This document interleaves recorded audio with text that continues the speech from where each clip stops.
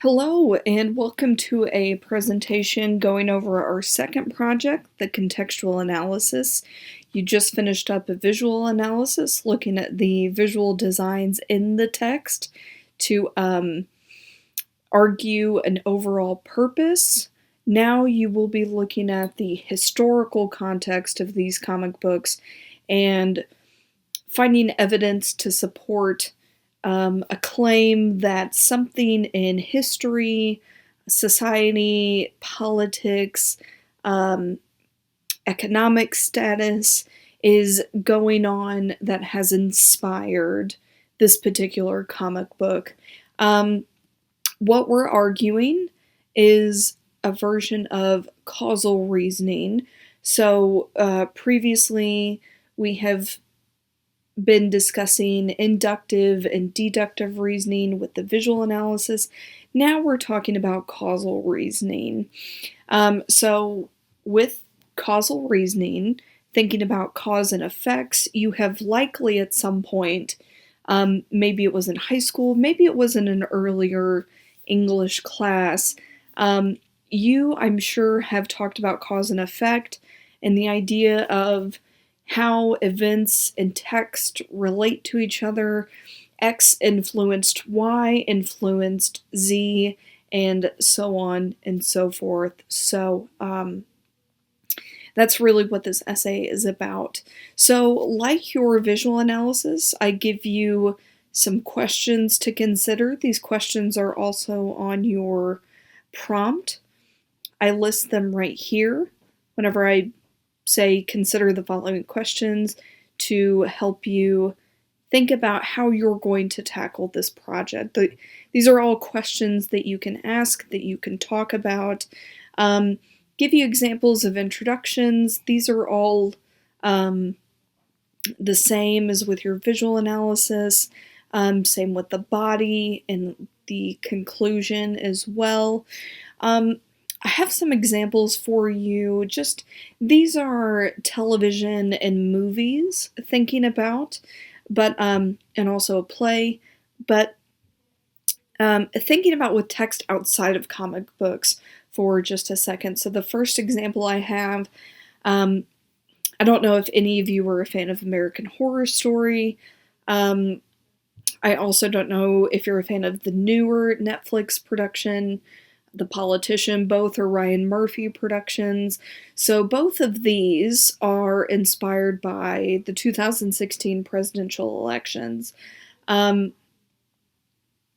The main character, the main villain, I should say, the antagonist of the show, an American Horror Story Cult, is a portrayal of Donald Trump. And it is very biased, but in interviews with the actors and production team, it's obvious that the presidential elections inspired these shows. 12 Angry Men. I don't know if you've seen it. It's a wonderful production. If you're actually in my ENG 111 class, we watched a bit of it as part of our observation essay. So 12 Angry Men, it's all about, just to give you the plot for a second. So 12 Angry Men,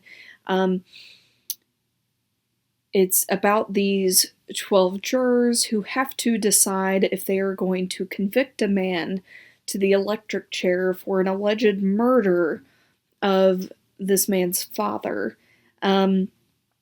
11 of them believe that he is guilty. One man believes there is some kind of reasonable doubt, and he goes on to provide that evidence to essentially say, let's not judge based on who the man is.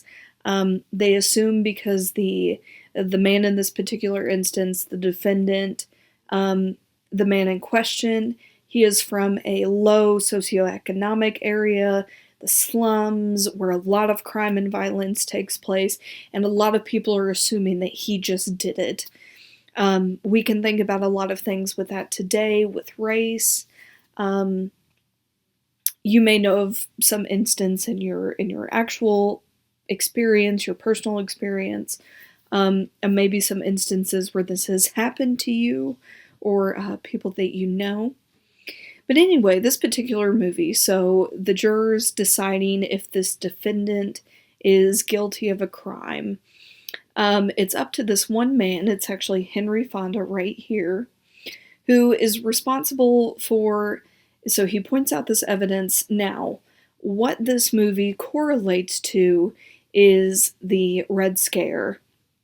So, the Red Scare, thinking about the Cold War, there was a hysteria in the United States about communism, which actually still exists today, I think is fair to say. And so it goes over this idea of hysteria. If people were rumored to be part of the Communist Party, arrested, everyone, it was as if we were trying to eradicate communism with our justice system. Which, by the way, interesting fact, this juror right here, who is the last juror to agree that the boy is not guilty, that there's a doubt. This man, actually, the actor in real life, was a member of the Communist Party and actually was arrested and spent time in jail for being a member of the Communist Party, which I think is interesting. So there's a lot of information on that. I would encourage you to check out this link down here to read up more about it if you want to know more. The next example I give, I don't know how many of you are Star Wars fans. I think it's great. Personally, it's one of my favorites. So there's a lot that inspired George Lucas, the writer, the screenwriter of these books. Just to check out the website from History Channel. So the real history that inspired Star Wars. So there are several influences here. Here's a quote from George Lucas from the Boston Globe in 2005. I love history, so while the psychological basis of Star Wars is mythological, the political and social bases are historical. So he is admitting right there that there are some historical instances. So the first one is Nazi Germany. I'll let you read more specifically into each of these. I'm just kind of wanting to point these out.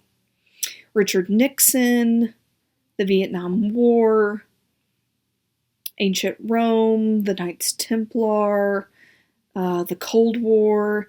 He had a lot of influences that kind of it came together to create the Star Wars universe and the plot of Star Wars. It's a really, really fascinating read that I would recommend that you look at some point. So thinking about with comic books, I'll dive into an example talking about Mouse. But first, I want to point out some of these resources for you that you can look at to kind of dig into. A couple of them are just absolutely awesome. This one is a slide that someone made. I would rather you not cite it, but you can use it as inspiration. And here is a journal article, and you can be sure to check out Moodle for a list of journal articles and books that I can have that you can look up. So I want to take a look at a couple of these websites with you. The first right here, you have already read that. This was one of your first readings that you did this semester for me. Talking about the origin of comic books and superheroes in America. What was going on in American history at the time that inspired these comic books? Which, by the way, I would like to mention really quickly. So, with the visual analysis, we spent a lot of time looking at Watchmen. So remember, we talked about with Watchmen, the Vietnam War inspired Watchmen. Richard Nixon inspired Watchmen. Superman did, but that's kind of a comic book inspiring a comic book. So it's there is so much here, for things that have inspired. So you looked at this website already. Now here are a couple of other ones that I would like for you to consider. And again, all of these are on this PowerPoint slide. So we are, I believe, looking at this one now. So you have these to refer to for you. Some of these go through a really great thing that I like about this website, which again, you can cite this in your presentation. It goes through some eras and some things that inspired. You actually have right here the cover of Captain America was released in 1941. The idea of socking Adolf Hitler. I don't know who Adam Hitler is. Adolf Hitler, square in the jaw. So thinking about World War II, Nazi Germany, and it goes on to the Hulk, Spider-Man, Fantastic Four, these ideas of social change. Black Panther, I would put in some of these categories, and it just continues. Notice especially that after 2001, after 9/11 happened, we had this resurge of superheroes because this idea of conflict, it just inspired superheroes again. And I hope you do see a common theme here, particularly on this website, that superheroes are born out of some kind of conflict. Because remember, the whole point of superheroes is that they have been created to solve, as I mentioned on our course design PowerPoint, they are designed to be solutions to our unsolvable problems and answers to our unanswerable questions. So they are born out of conflict, and that's why I have chosen these specific characters for you to look at. There are a couple of other websites for you. This one in particular talks about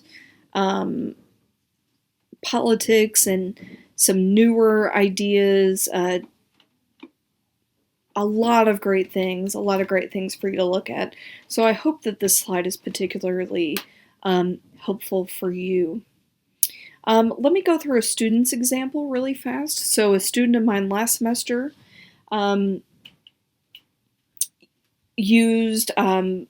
chose The Exorcist for, he didn't choose The Exorcist, he chose the Texas Chainsaw Massacre.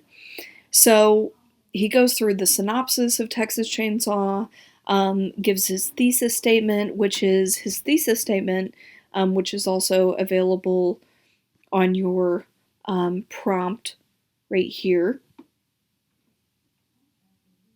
That the Texas Chainsaw Massacre was inspired by Vietnam, particularly the idea of journalism. Now, you don't necessarily have to be that specific, but gives a background of the Vietnam War, gives a background of the Vietnam War in medium, provides these really graphic images that are just so impactful, starts giving evidence from the movie itself.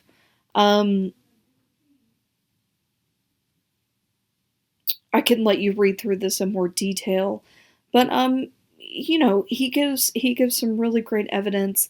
The hitchhiker returning from Vietnam is what that looks like. The idea of this rural, hidden, just obscure area that is very reminiscent of Vietnam. Same with the woods, the idea of isolation.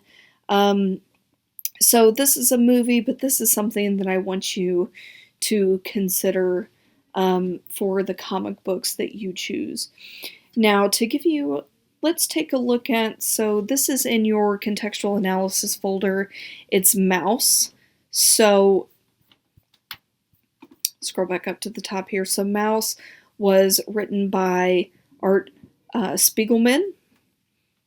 and it retells the story of his father's story and his survival story of the Holocaust. Um, so let me scroll back down here to the couple of pages. We looked at these pages on Monday, but if you weren't there on Monday, we can let's just talk about this for a second. So, this is Spiegelman, and this is his father who is retelling the story. So, he starts with, what happened after you got to the certain point? You can look up the context, but his father says, well, for a time everything was quiet, and then in 1943 came an order: all Jews, what are left of the Sosnozek, must go live in an old village nearby, in a nearby area. So they go through, and you can see in the background this German word for Jews, Juden, German word for Jews. Now, something that's really interesting about Maus is we have this idea that the present and the past are very intimately connected. You can see this as they're walking down the street. Here it's the background of the actual street in the present, and then as he's telling the story, the background becomes the past, but they're still there in the present.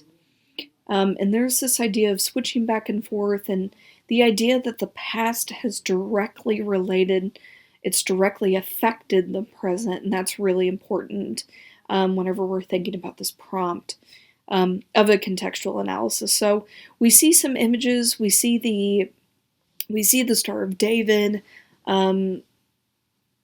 We know that was a symbol used in Germany to identify Jews. We have these pictures of violence here on this page. People enclosed, just trapped, caged in barbed wire. We also have these kind of violent events happening to children. I mean, here you have a Nazi soldier. I've always struggled with those words. Nazi soldier just hitting this kid into the wall and killing this kid. Real instances of violence that happens. The terrifiedness of the crimes. These are some interesting slides right here. So if we're thinking about our visual analysis in relationship to the contextual analysis, we have here an example of a Jew who is resistant. So we have this mouse, this Jew, and he's gradually becoming more and more upset, despondent, just devastated, and just, I think it's really powerful that the mouse and the clothing is white and the background is dark. It's as if we will be the light shining through this black, dark evil that is swallowing Germany whole. So this is an example. Again, this is a text that we'll be looking at for this assignment, looking into the relationship between the Holocaust and Maus. But this is just to give you an example to help you think about this. So we'll take a look at your prompt now.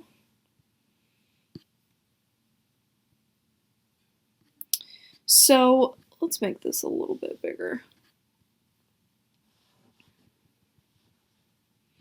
So again, in this first paragraph here, I am describing the relationship between conflict, crisis, and trauma to comic books, and how exactly comics, there are these witnesses that try to cope with trauma, they confront trauma, and they try to solve this disaster and this crisis.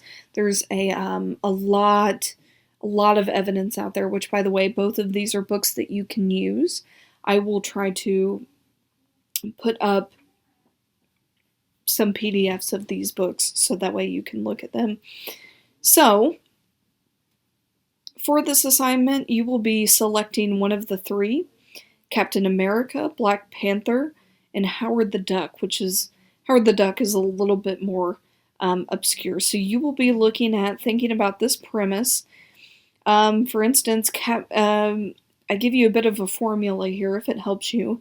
I'm trying to be more detailed in my explanation of this prompt to see if it helps you. So insert the comic book name here. It was inspired by insert whatever event happened. So for instance, you could say Captain America was inspired by World War II.